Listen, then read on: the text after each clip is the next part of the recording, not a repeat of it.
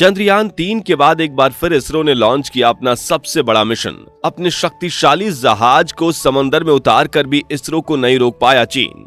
Singapore, Israel और इसरो की तकड़ी ने कर दिया कमाल, एक साथ लॉन्च की 7 सैटेलाइट्स। दोस्तों, चंद्रयान-3 के सफल लॉन्च के बाद इसरो जहां नासा, चीन और कोरिया के लिए चिंता का विषय बना हुआ है, वहीं दुनिया भर की स्पेस एजेंसीज के लिए इसरो एक उम्मीद की किरण की तरह उभर कर सामने आया है। क्योंकि जहां अमेरिका और चीन किसी भी देश की सैटेलाइट को लॉन्च करने के लिए लाखों डॉलर्स की डिमांड करते हैं, वहीं इसरो ये काम सिर्फ कुछ करोड़ रुपयों में करके देने की काबिलियत रखता है। शायद इसलिए तो सिर्फ 615 करोड़ रुपए के बजट में इसरो ने चंद्रयान-3 जैसे बड़े मिशन को लॉन्च करके दिखाया है। अब इसरो की तरफ से एक और बड़ी खबर निकल कर आ रही है, जो सुनकर आप खुशी से झूम उठोगे, क्योंकि इस बार इसरो ने सिर्फ भारत ही नहीं बल्कि सिंगापुर की भी किस्मत बदल कर रख दी है। तो क्या थे ये मिशन और कैसे लॉन्च की इसरो ने एक नहीं बल्कि 7 सैटेलाइट एक साथ? जानने के लिए वीडियो को अंत तक जरूर देखिए। दोस्तों, साल 2023 इसरो के लिए काफी महत्वपूर्ण रहा है, क्योंकि इस साल इसरो अंतरिक्ष में एक के बाद एक कीर्तिमान रच रहा है। देखिए, पहले तो इसरो ने चंद्रयान-3 को लॉन्च किया, जिसके बाद अपडेट आया कि इसरो 30 जुलाई के दिन सुबह 6:30 बजे सिंगापुर की जासूस सैटेलाइट DSSAR के साथ साथ 6 और सैटेलाइट का पूरा पैकेज अंतरिक्ष में भेजने वाला है, जिसे हम 7 सिस्टर्स कह के पुकार रहे हैं। फिर इसरो ने जानकारी दी कि उन्होंने अपना सूर्ययान यानी आदित्य L1 की टेस्टिंग पूरी कर ली है, जिसे 26 अगस्त के दिन लॉन्च किया जाना है। और अगले ही दिन इसरो ने ये भी बताया कि उन्होंने अपने गगनयान की भी टेस्टिंग पूरी कर ली है।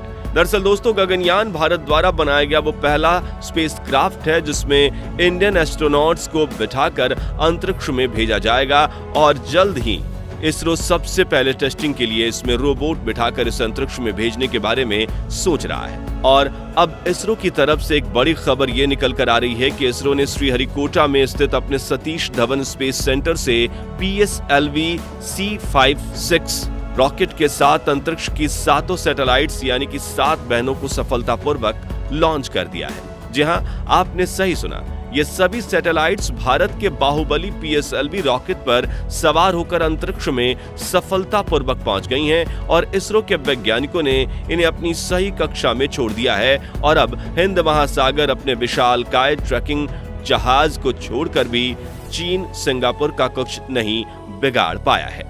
खैर, ये 7 सैटेलाइट कौन कौन सी है बताते हैं आपको, लेकिन उससे पहले जानते हैं कि किसी भी देश को सैटेलाइट की आवश्यकता क्यों पड़ती है।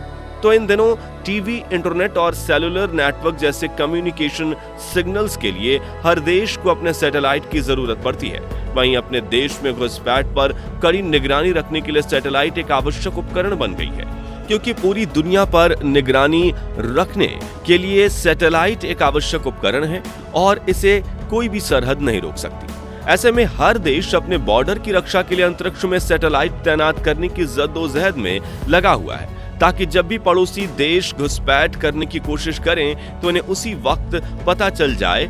इन्हीं कारणों की वजह से अंतरिक्ष में सैटेलाइट्स का एक जाल बना हुआ है, जिसमें इस वक्त 8,261 सैटेलाइट्स पृथ्वी के चक्कर काट रही हैं, जिनमें से करीब 4,800 सैटेलाइट्स एक्टिव कंडीशन में 24 घंटे 365 दिन अपना काम कर रही हैं। चलिए अब बाहुबली PSLV के साथ अंतरिक्ष में पहुंची इन सैटेलाइट्स के बारे में जान लेते हैं। तो इस मिशन में सबसे बड़ी और जरूरी सैटेलाइट जिसे इसरो ने लॉन्च किया वो है सिंगापुर की जासूस सैटेलाइट DSSRA, जिसके साथ आर्थिक और रणनीतिक दोनों तरीकों से भारत ने अपना दांव खेला है।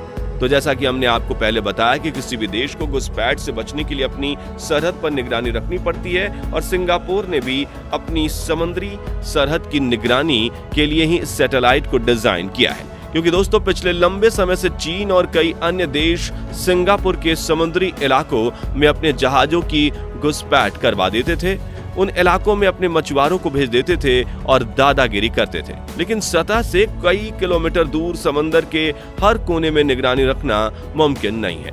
इसलिए सिंगापुर सरकार और वहां की सबसे बड़ी टेक्नोलॉजी कंपनी ST इंजीनियरिंग ने इस विशालकाय सैटेलाइट को इस DSSAR सैटेलाइट में ऐसी टेक्नोलॉजी लगाई गई है जिसके जरिए सिंगापुर का डिफेंस सिस्टम अपनी सरहद की real time high definition images देख पाएगा और घुसपैठ को रोक पाएगा। यानी कि सैटेलाइट की मदद से सिंगापुर अपने सबसे बड़े दुश्मन चीन पर दिन रात निगरानी रखने, साथ ही साथ चीन की कमर तोड़ने का काम भी करेगा।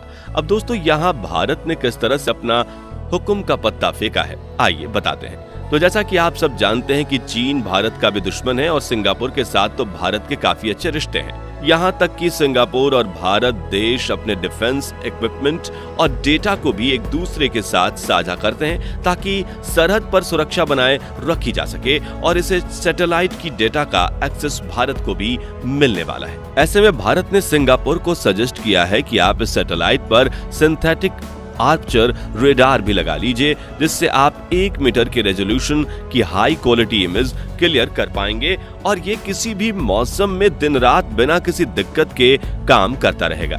तो सिंगापुर भी इस बात को मान गया, लेकिन उन्होंने ये कहा तो हमें बनाना नहीं आता। तभी भारत ने अपना एक और पत्ता फेंका और कहा कि ये रेडार बनाने में इजराइल एक्सपर्ट है, जो कि हमारा दोस्त है, इसलिए हम आपको इजराइल से सिंथेटिक आर्चर रेडार बनवा कर देंगे। और इस तरह से भारत के रेफरेंस से मिले बिजनेस से इजराइल भी खुश हो गया और सिंगापुर की सैटेलाइट भी और ज्यादा पावरफुल हो गई और बेचारा चीन अपने आंसू पोंछते रह गया। दोस्तों, PSLV रॉकेट के जरिए इसरो ने सिंगापुर के 360 किलोग्राम वजन वाले भीमकाय जासूस सैटेलाइट को नियर इक्वेटोरियल ऑर्बिटर में 5 डिग्री के एंगल पर जाकर छोड़ दिया है, जो कि धरती की सतह से करीब 335 किलोमीटर की ऊंचाई पर है। लेकिन अब आपके दिमाग में ये सवाल जरूर आ रहा होगा कि जब इसरो को DSSAR जैसा बड़ा प्रोजेक्ट मिला था तो फिर भारत ने PSLV 56 मिशन में 6 और सैटेलाइट्स को भला क्यों शामिल किया। तो बता दें कि इसरो दुनिया की इकलौती ऐसी स्पेस कंपनी है जो बजट फ्रेंडली है। हम भारतीयों के खून में ही किसी ना किसी तरह से जुगाड़ लगाकर मिशन की कॉस्ट को कम करना है। ऐसे में इसरो ने यह सोचा कि अगर हमारा रॉकेट ऊपर जा ही रहा है तो उसमें पेलोड की जगह भी है, तो क्यों ना हम दूसरे जरूरी सैटेलाइट्स को भी इसी के साथ भेज दें।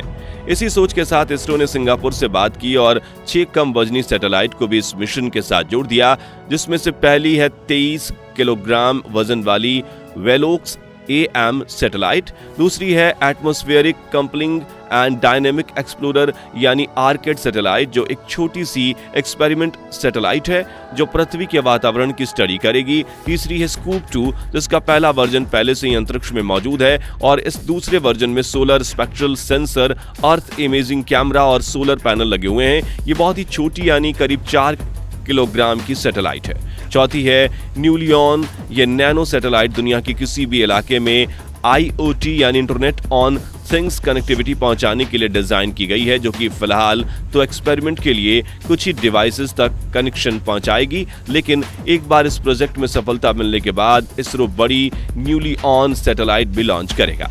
पांचवी है ग्लासिया 2, ये एक नैनो सैटेलाइट है जिसे पृथ्वी की लो ऑर्बिट में छोड़ा गया है।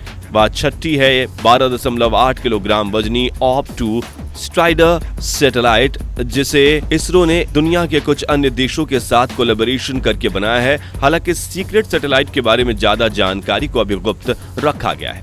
इस तरह से दोस्तों, इसरो ने विशालकाय DSSAR और 6 छोटी सैटेलाइट्स को एक साथ अंतरिक्ष में ले जाकर छोड़ दिया है। बता दें कि इन सैटेलाइट्स को अंतरिक्ष में ले जाने वाला इसरो का PSLV यानी polar satellite launch vehicle completely customisable rocket है, यानी इसे हर मिशन के मुताबिक कस्टमाइज किया जा सकता है। वहीं इसके जरिए अंतरिक्ष में पेलोड या स्पेसक्राफ्ट भेजना नासा और चीन के पास मौजूद रॉकेट के मुकाबले काफी ज्यादा किफायती है। इसलिए दुनिया भर की स्पेस एजेंसीज अब अपनी सैटेलाइट लॉन्च के लिए PSLV रॉकेट को चुनने के बारे में सोच रही है।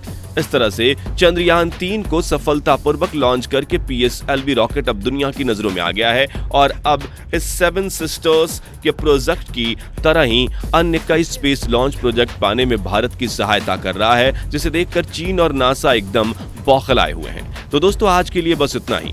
इन 7 सिस्टर सैटेलाइट्स के लॉन्च के लिए कमेंट बॉक्स में इसरो को बधाई जरूर दीजिए और जानकारी पसंद आई हो तो वीडियो को लाइक शेयर जरूर कर दीजिए। साथ ही ऐसी ही कमाल की वीडियोस देखते रहने के लिए हमारे चैनल को सब्सक्राइब करके पास वाली घंटी को जरूर बजा दीजिए। धन्यवाद।